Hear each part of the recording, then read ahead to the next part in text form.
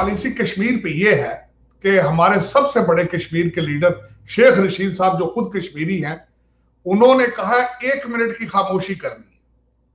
73 साल की खामोशी अगर थोड़ी थी तो 1 मिनट की और कर लें आप। वाशिंगटन डीसी में पता चल गया है कि आपकी प्रेसिडेंसी के सामने मोदी साहब की एक तस्वीर लगा के नीचे लिखा गया है कि यहां से गुजरते हुए हार्न बजाया जाए। अब कश्मीर जो है वो हार्न बजाने से हमने उसको आजाद कराना है। तो ये पाकिस्तान की पॉलिसी, इस पे जितनी भी मजम्मत की जाए कम है। मोदी साहब दूसरी साइड पे डिक्टेटर है, हिटलर के छोटे भाई हैं, उन्होंने वही करना है, जितना दिल चाहे वो करेंगे। मैं यहां पे बिल्कुल सेकंड क्लास सिटीजन हूं, मुझे पता है इस बात का, लेकिन पाकिस्तान मेरी थर्ड क्लास सिटीजनशिप से बेहतर है अमेरिका की सिटीजनशिप। 3 साल हो गए हैं और इमरान खान साहब डिलीवर क्यों नहीं कर पा रहे? अवाम की हालत बड़ी खराब है। अगर फॉरेन पॉलिसी पे देखा जाए तो कश्मीर पे कुछ नहीं हुआ। आज 2 साल हो गए, हमें पता चल रहा है कि जी कश्मीर पे वही स्टांस है जो मोदी साहब का, और हम ही कश्मीर के ऊपर, इंडिया के ऊपर बोलते हैं। इंडिया के ऊपर, इंडिया वाले तो कोई बात भी नहीं करते पाकिस्तान के बारे में। ना कभी इंडियन फॉरेन मिनिस्टर से कुछ सुना है, ना कभी इंडियन प्राइम मिनिस्टर ने कभी नाम भी नहीं लिया पाकिस्तान का। और इमरान खान ने डोमेस्टिक पोलराइजेशन तो बहुत ज्यादा कर दी है। कोई एक सियासतदान दूसरे सियासतदान के साथ बैठने को तैयार नहीं है। और आजाद कश्मीर में तो सुना है कि फाल निकली है, इसका वो जिसे कहते हैं ना जनाब, हॉरोस्कोप का इस्तेमाल किया है पूरे का पूरा वजीर आजम तलाश करने के लिए। तो पाकिस्तान की पॉलिसी कश्मीर पे ये है कि हमारे सबसे बड़े कश्मीर के लीडर शेख रशीद साहब जो खुद कश्मीरी हैं, उन्होंने कहा 1 मिनट की खामोशी करनी। 73 साल की खामोशी अगर थोड़ी थी तो 1 मिनट की और कर लें आप।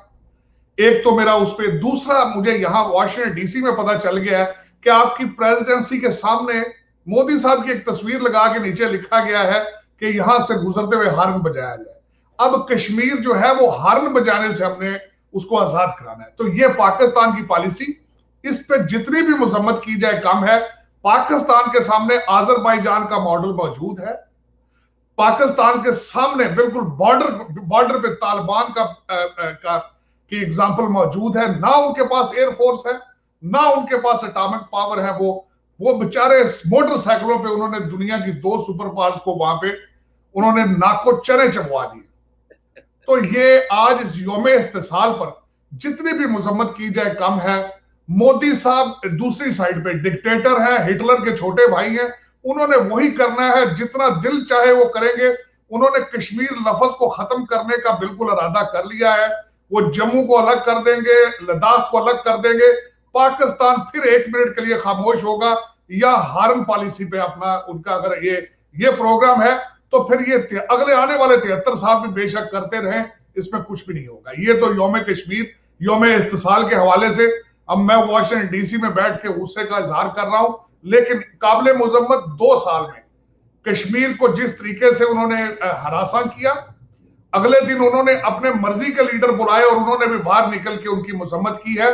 उनको चाहिए सोचें, यह सियासत नहीं है। उनके पास लाइसेंस जरूर है गुजरात से मुसलमानों को मारने का, लेकिन इसको सियासत नहीं कहा जाता कि वहां पे किसान भी बैठे हो मोर्चे लगा के। इतना पॉसिबल नहीं है कि आप अपने कंट्री को चोक कर सके। बहुत अगला पॉइंट उसमें यह था कि इन करप्शन के हालात में जितना पाकिस्तान नीचे जा चुका था, जितने डाके पड़ चुके थे, उसको दोबारा स्टार्ट लेना। खास आप देख लें, एक भी नई जॉब क्रिएट नहीं कर पाए, हाउसिंग का अपना डिलीवर नहीं कर पाए। उसकी वजह यह थी कि खान साहब की इकोनॉमी के हालात इतने बुरे थे। जब मैंने टोक ओवर उसको मेरा मकसद है अपना मैंडेट डिलीवर करने का पैसा चाहिए था, वो कहां से लाते? वो कोशिश करते रहे, नहीं आ सका।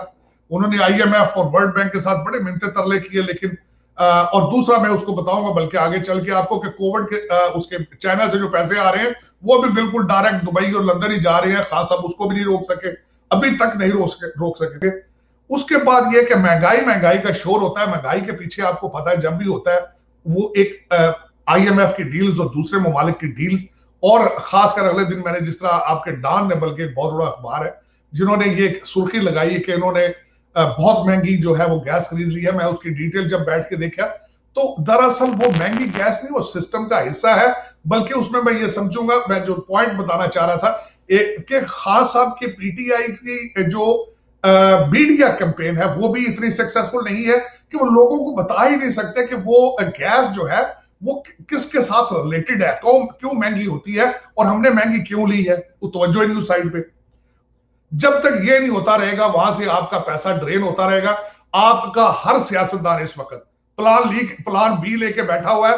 हर एस्टेब्लिशमेंट का अफसर जो है उसका बीवी बच्चा या कनाडा की और अमेरिका और इंग्लैंड की नेशनैलिटी लेके बैठा है। गाड़ियां स्टार्ट एयरलाइन के टिकट लेकर बैठे होते हैं कि हमने भागना किस वक्त है वहां से। ये जब तक किसी ने इसको हाथ नहीं डालना, पाकिस्तान नहीं बचेगा।